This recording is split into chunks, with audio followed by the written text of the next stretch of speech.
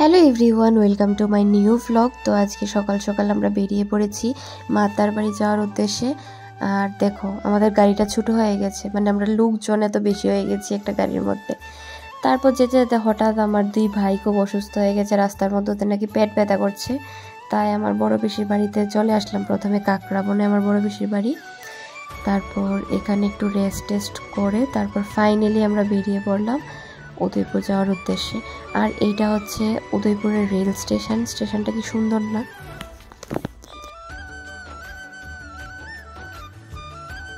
তারপর ফাইনালি আমরা মাতাবাড়িতে ঢুকছি।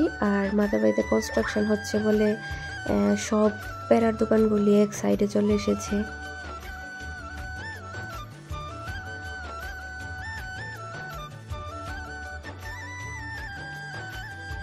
তারপর এখানে এসে গাড়ি থেকে নেমে পড়লাম।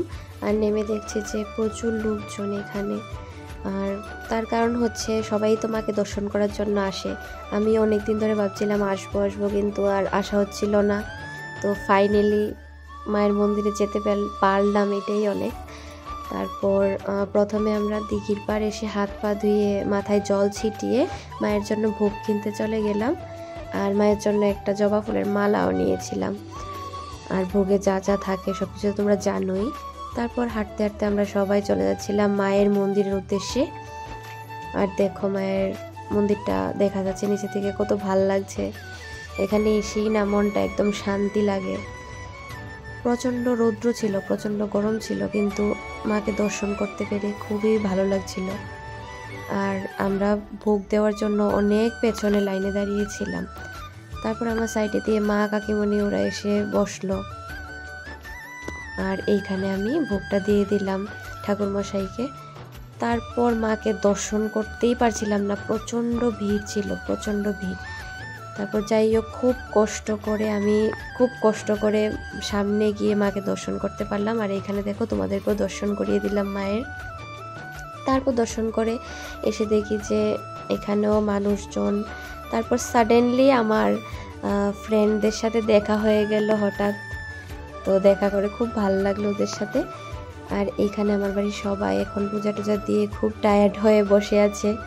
আমার মা বলছিল এখানে নাকি বসতে খুব ভালো লাগছিল, মায়ের গরম লাগছিল না এখানে বসে। তারপর আমরা চলে গেলাম শিব মন্দিরে, কারণ মাকে তো দর্শন করলাম, বাবাকেও তো দর্শন করতে হবে। আমার মা ওরা সবাই দর্শন করে নিল। আর এইখানে আমার সাথে সাথে তোমরাও মহাদেবের দর্শন করে নাও।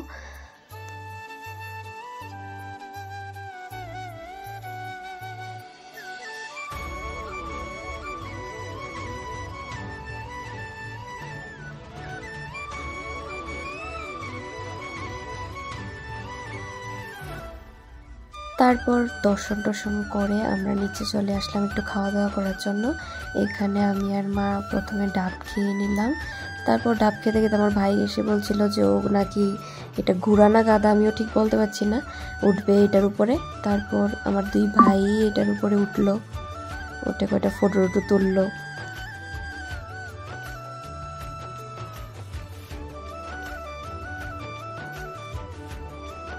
তারপর খেয়ে নিলাম একটু আখের রস। আমার তো আখের রস ভীষণ ভালো লাগে, তোমাদের কার কার আখের রস ভালো লাগে আমাকে কমেন্ট করবে।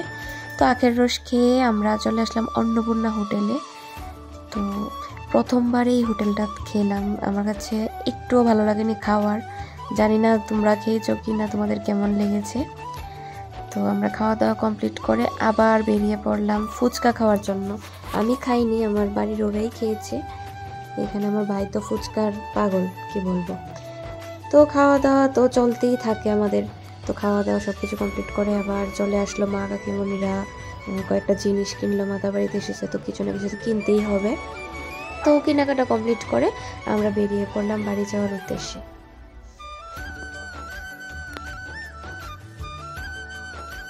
আর এখানে বাড়ি আসার পথে আমার মা রাস্তায় দেখতে পেল আনারস, কলা। এখান থেকে আমার মা কলা কিনেছে, আরও আনারস কিনেছে কিনা আমি বলতে পারি না। আর গাড়িতে আমরা সবাই মিলে একটু ঠান্ডা ঠান্ডা খাচ্ছিলাম, ঠান্ডা জল, কোল্ড ড্রিঙ্কস, ফ্রুটি এসবই খাচ্ছিলাম আমরা সবাই মিলে। তারপর আমাদের বাড়ি আসার পথে একটা জায়গা আছে, একটা জায়গাটাকে কালাপানিয়া বলে। এইখানে একটা কালী মন্দির আছে, মন্দিরটা আমি শুনেছি যে ভীষণ জাগ্রত, আর জায়গাটা না খুব ভালো লাগে। ওইখানে মানে ঠান্ডা ঠান্ডা পরিবেশ, লোকজন নেই।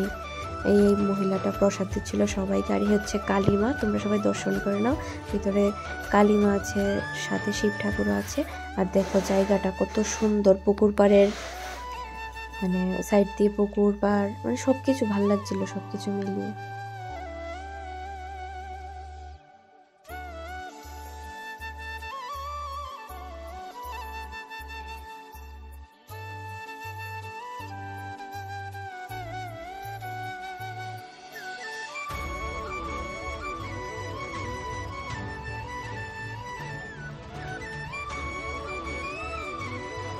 তারপর বাড়িতে এসেই দেখি কত সুন্দর একটা প্রজাপতি, আর প্রজাপতিটাকে আমার কাকিমণি তেল আর সিঁদুর দিয়ে দিয়েছে। এটা দিলে নাকি কি হয় আমি জানি না, দিয়ে দিয়েছে আর কি।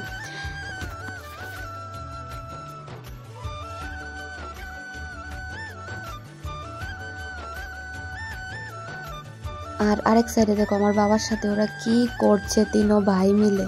আর প্রচুর তো কি বলবো, শুয়ে শুয়েও দুষ্টামানি করছে। ও বড় হচ্ছে যত এখন দুষ্ট হয়ে যাচ্ছে। তারপর প্রজাপতিটা নিচে থেকে গিয়ে আমার খাটের মধ্যে বসেছে দেখো। তো আমার ব্লগটা যদি তোমাদের ভালো লেগে থাকে তাহলে অবশ্যই like, comment, share and subscribe করে দেবে। টাটা।